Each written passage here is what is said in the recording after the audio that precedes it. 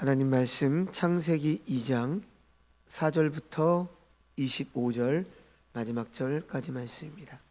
2026년도부터 창세기를 우리가 묵상하게 되었는데요. 앞선 1장을 통해서 우리는 천지 만물을 창조하신 하나님의 일하심을 살펴보았습니다.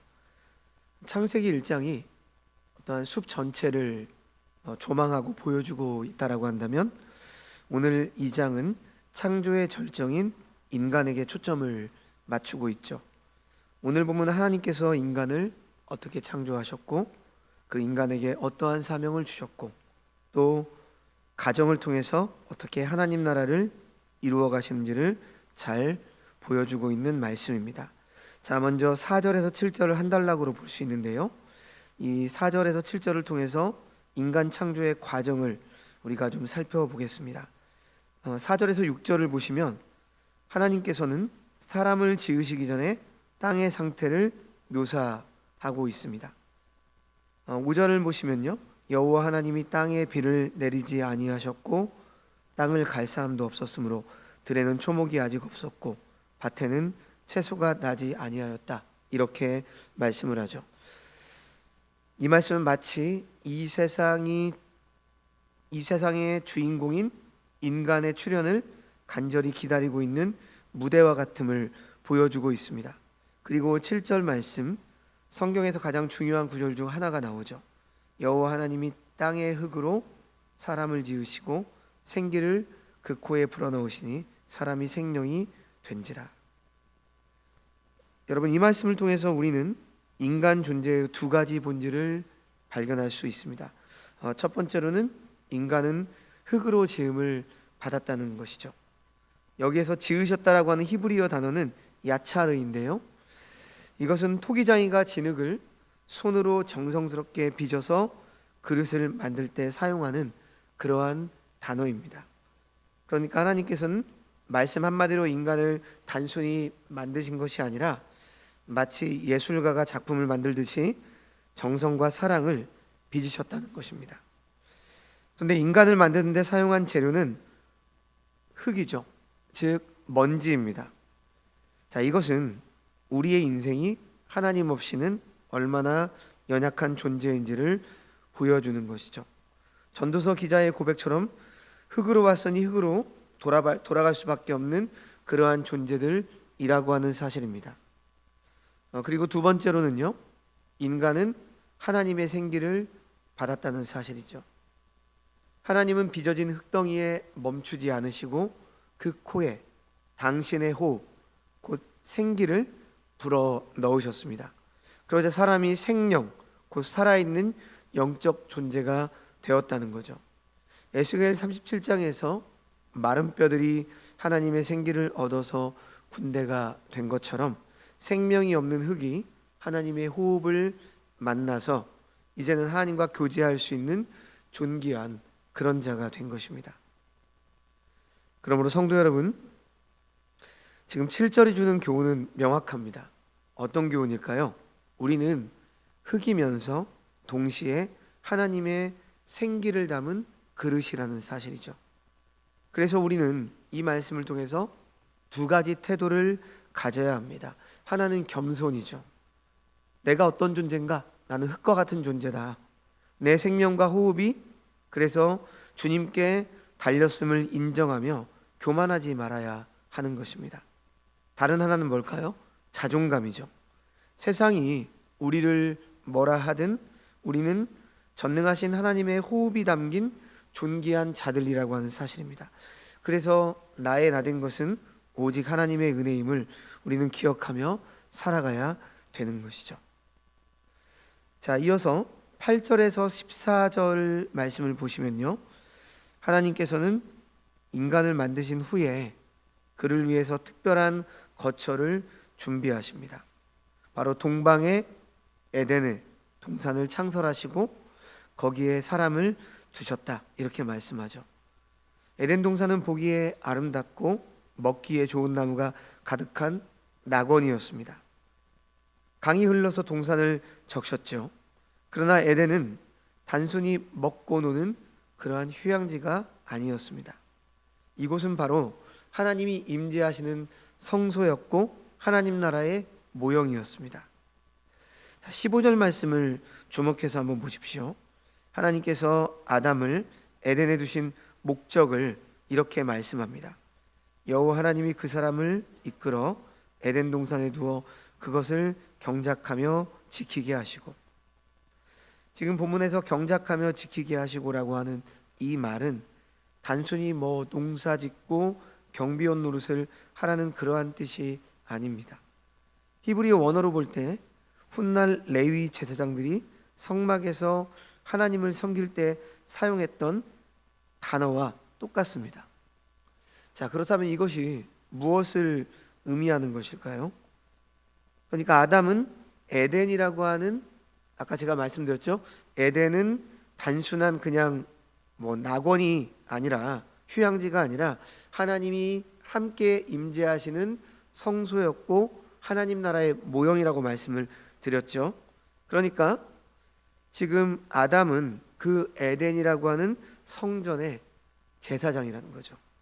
그리고 동시에 그는 하나님을 대리하는 대리 통치자로서 피조물을 다스리는 왕이었다는 사실입니다. 무죄 상태의 에덴에서는 노동이 곧 예배였습니다. 세상을 다스리고 가꾸는 일은 하나님을 섬기는 제사장적 사역과 분리되지 않았다는 거죠. 그래서 아담의 손길이 닿는 곳마다 어떻게 됐을까요? 하나님의 영광이 드러난 것이죠. 그렇다면 지금 이 말씀을 통해서 우리는 이러한 생각을 한번 해봐야 돼요. 성도 여러분, 오늘날 우리들의 에덴은 어디일까요? 바로 우리가 매일 출근하는 직장, 땀 흘리는 사업장, 공부하는 학교, 그리고 가정을 돌보는 바로 그 자리가 하나님이 맡기신 에덴, 즉 성전이라는 거죠. 교회에서 드리는 예배만 예배가 아닙니다. 우리의 삶이 예배죠. 그러므로 여러분이 세상 속에서 맡은 일을 성실하게 감당하게 될 때 그것은 하나님께 드리는 향기로운 제사가, 예배가 되는 거죠. 내 일터가 곧 성소이다, 이 사실을 우리는 2026년을 시작하면서 오늘 말씀을 통해서 잊지 말고 기억해야 할 것입니다. 자, 이제 16절과 17절을 보십시오. 그 유명한 선악을 알게 하는 나무의 금령을 보게 되죠. 여호와 하나님이 그 사람에게 명하여 이르시되 동산 각종 나무의 열매는 내가 임의로 먹되 선악을 알게 하는 나무의 열매는 먹지 말라. 내가 먹는 날에는 반드시 죽으리라 하시니라. 이 말씀만 보면 많은 분들이 늘 질문하는 게 있죠. 하나님은 왜 선악과를 만드셔서 인간을 시험하셨을까요? 그러나 여러분, 이 명령은 우리를 넘어뜨리려는 어떤 함정이 아니에요. 지금 이 명령은 언약입니다. 약속이란 말이죠. 16절을 보면 각종 나무의 열매는 내가 임의로 먹되 라고 하셨습니다. 하나님은 인간에게 아주 광대한 자유를 주셨다는 거죠. 그런데 단 하나입니다. 단 하나가 뭐죠? 선악과만을 금지하셨다는 것입니다. 여러분, 이것은 바꿔보면 인간에게 제한된 자유가 있음을 알려두는 장치입니다. 그래서 이 금령의 핵심은 이것이죠. 아담아, 너는 이 세상의 왕이지만, 나를 대신하는 대리 통치자인 왕이지만 진짜 주인은 나 여호와 하나님이다. 선악과는 피조물이 창조주의 권위를 인정하는 경계선이란 말이죠. 인간이 스스로 선과 악의 기준을 정하지 않고 하나님의 말씀에 절대적으로 순종할 때에만 어떻다는 것이죠? 참된 생명을 온전히 누릴 수 있다. 이것을 보여주는 사랑의 안전장치였던 것입니다. 순종이 곧 생명이고 불순종은 하나님과의 단절, 곧 죽음임을 우리는 이 말씀을 통해서 깨달아 알 수가 있는 거죠. 자, 계속해서 18절에서 20절 말씀 보시면요, 하나님께서는 사람이 혼자 사는 것이 좋지 아니하니 내가 그를 위하여 돕는 배필을 지으리라, 이렇게 말씀하셨습니다. 그런데 여기서 흥미로운 장면이 나와요. 말씀을 보시면 돕는 배필을 지으시기 전에 하나님은 흙으로 각종 들짐승과 새들을 지으시고 아담에게 데려오세요. 그리고 아담이 무엇이라고 부르나 보신다는 거죠. 아담이 동물들의 이름을 짓는 행위, 이것을 우리가 좀 주목해서 생각해 봐야 합니다. 고대 사회에서 이름을 짓는다 라고 하는 것은 그 대상의 본질을 파악하고 규정하는 왕의 권세를 상징하죠. 아담은 동물을 관찰하고 분류하며 이름을 지어줌으로써 하나님이 맡기신 세상을 다스리는 지금 문화 명령을 수행하고 있는 것입니다. 이때 아담의 직무는 왕적인 직무, 세상을 다스림이었지만 이것은 동시에 제사장적인 직무입니다. 즉, 그 임무를 통해서 하나님께 영광을 돌리고 있다는 거죠. 아담이 동물을 정의하고 질서를 세울 때마다 그냥 아담의 지혜가 아닌 하나님께서 아담을 통해서 그 하나님의 지혜가 드러났기 때문이란 거죠. 즉, 세상에서의 일과 하나님을 향한 예배가 하나로 통합이 되어 있었다는 거죠. 그러니까 우리가 이 땅 가운데 믿음을 가지고 행하는 그러한 모든 일은 바로 이 말씀을 통해서 비춰본다면 어떻게 되는 거예요? 예배가 된다는 거죠. 그러나 아담은 지금 동물들 속에서 자신과 대화하며 사명을 함께 감당할 진정한 파트너를 찾지 못했습니다. 그래서 성경은요, 아담이 돕는 배필이 없으므로 이렇게 기록하고 있죠. 그래서 이제 계속되는 21절부터 마지막 25절 말씀을 보시면 인류 최초의 가정이 탄생해요. 하나님은 아담을 깊이 잠들게 하시고 그의 갈비뼈로 여자를 만드시죠.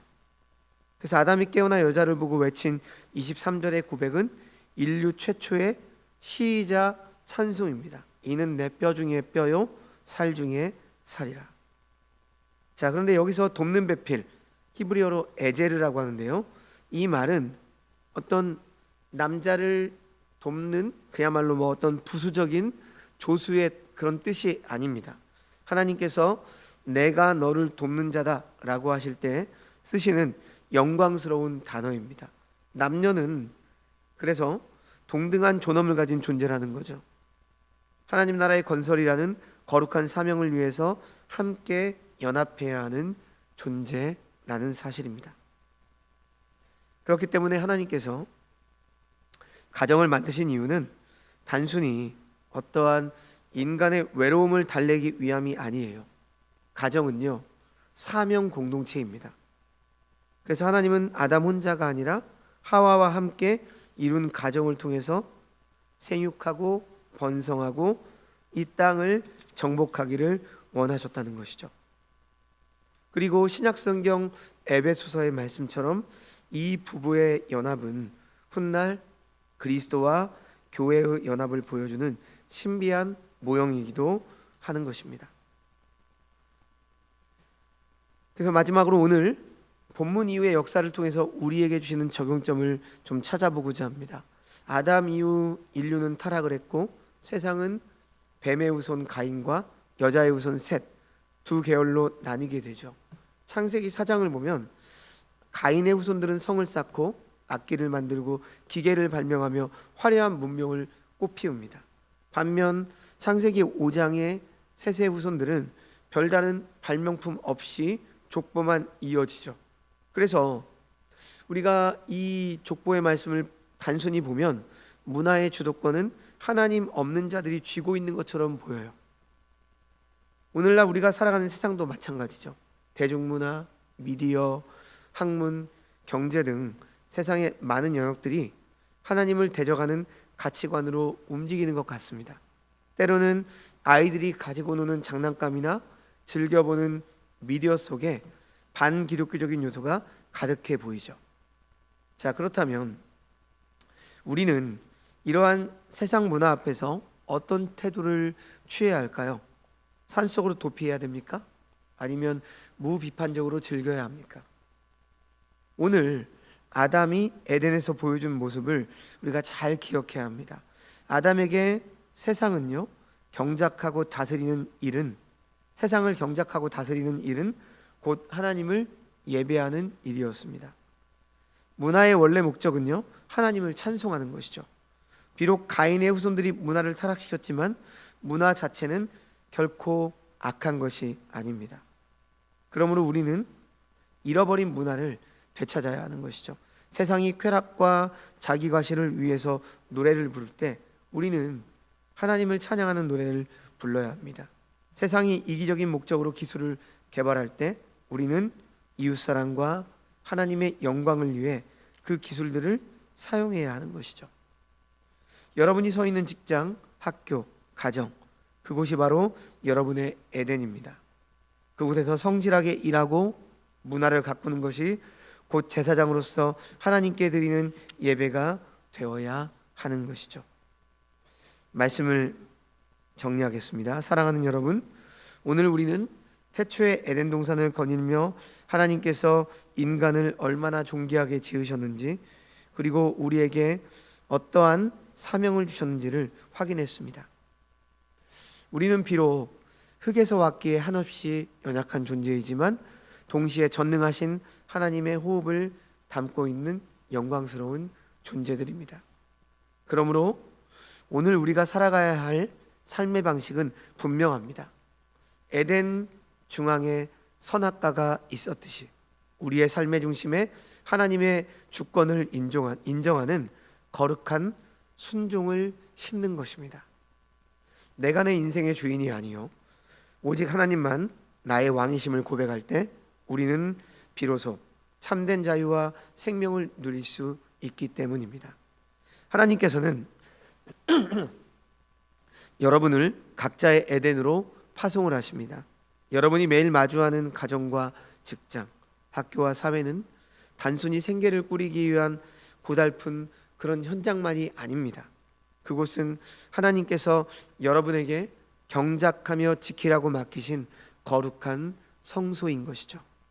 아담이 이름 없는 동물에게 이름을 지어주면서 하나님의 질서를 부여했듯이 여러분도 무질서하고 하나님을 잊어버린 이 세상 문화 속으로 들어가 하나님의 성품을 드러내시기 바랍니다. 여러분이 정직하게 일하고 사랑으로 이웃을 섬기고 탁월함으로 업무를 감당할 때 타락한 세상의 문화는 조금씩 하나님의 영광을 회복하게 될 것입니다. 이 거룩한 사명의 길은 그런데 결코 외롭지 않아요. 하나님께서 우리에게 믿음의 가정과 교회라고 하는 돕는 배필을 주셨기 때문입니다. 그래서 서로를 격려하며 거룩한 연합을 우리는 이 땅에서 이뤄가야 하는 것이죠. 2026년 한 해 동안 여러분의 숨결이 닿는 모든 곳이 하나님을 예배하는 성소가 되기를 바랍니다. 세상의 헛된 영광이 아니라 오직 하나님의 영광을 드러내는 왕같은 제사장의 삶을 살아내시는 주의 백성들이 다 되시기를 주님의 이름으로 축원합니다. 기도하겠습니다. 사랑과 은혜가 풍성하신 하나님 아버지, 진토와 같은 저희를 친히 빚어주시고 그 코에 생기를 불어넣어 당신의 거룩한 형상으로 삼아주신 그 크신 은혜에 감사를 드립니다. 오늘 말씀을 통해서 에덴의 중앙에 선악과를 두신 하나님의 뜻을 깨닫습니다. 오직 하나님만이 내 인생의 참된 주인이심을 이 시간 고백하오니 내 뜻과 욕망을 내려놓게 하시고 주님의 말씀에 온전히 순종하는 참된 자유를 누리게 하여 주옵소서. 그리고 우리의 가정과 일터, 학교와 사회 속에서 우리에게 맡겨진 일들을 경작하며 지키는 왕같은 제사장이 되게 하여 주옵소서. 우리가 세상에서 흘리는 땀방울이 곧 주님께 드리는 향기로운 예배가 되기를 간절히 원합니다.